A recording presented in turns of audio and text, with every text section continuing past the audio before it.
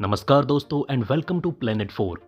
Jordan में America के 3 सैनिकों की मौत के बाद ईरान ने कर ली परमाणु परीक्षण की अंतिम तैयारी। इजरायल युद्ध शुरू होने के बाद पहली बार हुई अमेरिकी सैनिकों की मौत। अब मिडिल ईस्ट में ये युद्ध इजरायल नहीं बल्कि अमेरिका लड़ेगा। यूएस का धमाकेदार फैसला। यमन के बाद ईरान में शुरू होगी अमेरिकी एयर स्ट्राइक, जो बाइडन ने दिए बड़े संकेत। अमेरिकी सैनिकों की मौत के बाद खून के आंसू रो रहा है जो बाइडन। बदले की कसम खाते हुए किया धाकड़ ऐलान। दोस्तों, अमेरिकी सैनिकों की मौत के बाद मिडिल ईस्ट का माहौल बिल्कुल बदल चुका है। अब बताया जा रहा है कि यह युद्ध इजरायल नहीं बल्कि अमेरिका खुद लड़ेगा और इसके लिए उसने अपने धनुष पर तीर चढ़ा लिया है। अमेरिकी सैनिकों पर भीषण हमले के बाद नाटो के कई देश अमेरिका के साथ मिलकर ईरान पर भीषण बमबारी कर सकते हैं। माना जा रहा है कि ईरान के हथियार फैक्ट्रियों के ऊपर एयर स्ट्राइक करना बेहद जरूरी हो चुका है, क्योंकि वो लगातार हथियार सप्लाई करके पूरे मिडिल ईस्ट में आतंक फैला रहा है। हालांकि हम आपको ये भी बता दें कि ईरान की तरफ से एक बेहद खतरनाक खुलासा हुआ है, जिससे यह साफ पता चलता है कि वो परमाणु परीक्षण करने से सिर्फ एक कदम दूर है। इस बारे में पूरे विस्तार से चर्चा करेंगे, लेकिन आइए सबसे पहले जान लेते हैं कि आखिर जो बाइडन ने सैनिकों की मौत के बाद कौन सा बड़ा ऐलान किया है।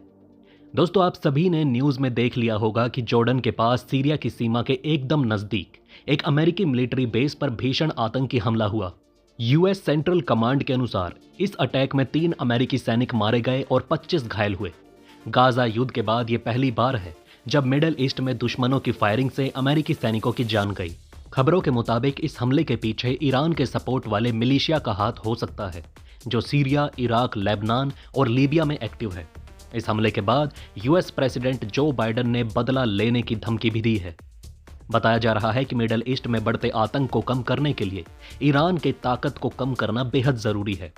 कई लोग तो ये भी कह रहे हैं कि बर्बादी के मामले में सद्दाम हुसैन के इराक के बाद अब ईरान का ही नंबर है। अमेरिका ने बताया कि शहीद सैनिकों की पहचान को परिवार वालों को बताने के 24 घंटे बाद तक सीक्रेट रखा जाएगा। आपको बता दें कि अमेरिकी सेना में एक नियत प्रक्रिया होती है जिसका पालन किया जाता है, जिसमें सैनिकों की मौत की पुष्टि के बाद पहले परिवार को सम्मानपूर्वक सूचित किया जाता है और फिर जनता को जानकारी देना शामिल है। जो बाइडन ने इस हमले के लिए सीरिया और इराक में सक्रिय ईरान के समर्थन वाले मिलिशिया पर आरोप लगाया। इसके बाद यह अंदेशा लगाया जा रहा है कि अब अमेरिका के रडार पर ईरान आ चुका है। अमेरिका अपने सैनिकों की मौत का बदला बेहद भीषण तरीके से लेता है। कई बार पूरी दुनिया कांप जाती है। अमेरिकी राष्ट्रपति जो बाइडन ने कहा कि आज अमेरिका का दिल भारी है और उन्होंने इस हमले की कड़ी निंदा की। उन्होंने और उनकी पत्नी जिल ने इस घातक हमले में मारे गए सैनिकों के परिवार और दोस्तों के प्रति गहरा शोक व्यक्त किया। बाइडन ने इन सैनिकों की बहादुरी और कर्तव्य निष्ठा की प्रशंसा की, जिन्होंने अपनी सुरक्षा को जोखिम में डालकर देश की सेवा की। अंत में बाइडन ने जोर दिया कि आतंकवाद के खिलाफ ये लड़ाई अब भी जारी रहेगी और अमेरिका इसे बंद नहीं करेगा। बताया जा रहा है कि यह घाव घायल अमेरिका के लिए आग में घी डालने जैसा है। बाइडन ने कहा कि अमेरिका इन सैनिकों के परिवार के प्रति अपना पवित्र कर्तव्य निभाएगा और उनका समर्थन भी करेगा। वहीं ईरान ने 28 जनवरी को 3 सैटेलाइट को अंतरिक्ष में सफलतापूर्वक लॉन्च किया, जिससे उसकी स्पेस टेक्नोलॉजी में एक नई उपलब्धि जुड़ी। लेकिन इसके पीछे का खेल बहुत बड़ा है। वेस्टर्न देशों ने इस लॉन्चिंग पर अपनी चिंता जाहिर की। पश्चिम देशों का कहना है कि इससे ईरान के बैलिस्टिक मिसाइल प्रोग्राम को और बल मिलेगा।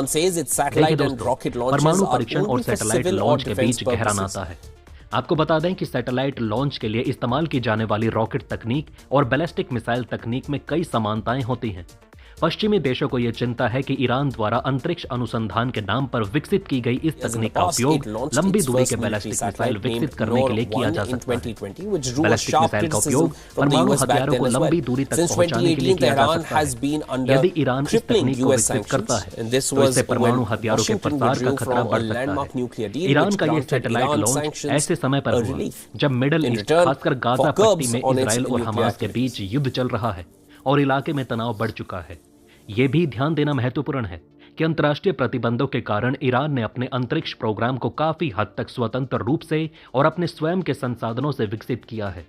हालांकि अतीत में रूस और चीन जैसे देशों से तकनीकी सहायता और सहयोग की खबरें रही। ईरान के सरकारी टीवी ने बताया कि लॉन्च किए गए सैटेलाइटों के नाम महदा, कयान 2 और हत्व 1 है। महदा रिसर्च के लिए, जबकि कयान और हत्व ग्लोबल पोजिशनिंग और कम्युनिकेशन के नैनो सैटेलाइट हैं। अमेरिका ने पहले ही आरोप लगाया था कि ईरान के ये satellite launch UN security council के प्रस्ताव की अवहेलना करते हैं और इससे परमाणु हथियार वाले बैलिस्टिक मिसाइल से जुड़ी गतिविधियों का डर बढ़ता है। ईरान पर लगे यूएन के बैलिस्टिक मिसाइल संबंधी प्रतिबंध पिछले अक्टूबर को खत्म हो गए, जिसका असर अब लॉन्चिंग पर दिखा। यह लॉन्चिंग ईरान की तकनीकी क्षमता और स्पेस एक्सप्लोरेशन में उसकी प्रगति को दर्शाती है, जो विश्व के लिए एक संकेत है। अब आइए दोस्तों, चलते चलते आप नीचे कमेंट में बताएं कि दुनिया की सबसे बड़ी नदी का नाम क्या है, जो लगभग 6,650 किलोमीटर लंबी है और 10 देशों से होकर बहती है। जाने से पहले वीडियो को लाइक करें, चैनल को सब्सक्राइब करें। तुरंत आ रहा हूं एक और नई अपडेट लेकर। वीडियो में अंत तक हमारा साथ देने के लिए धन्यवाद। नमस्कार।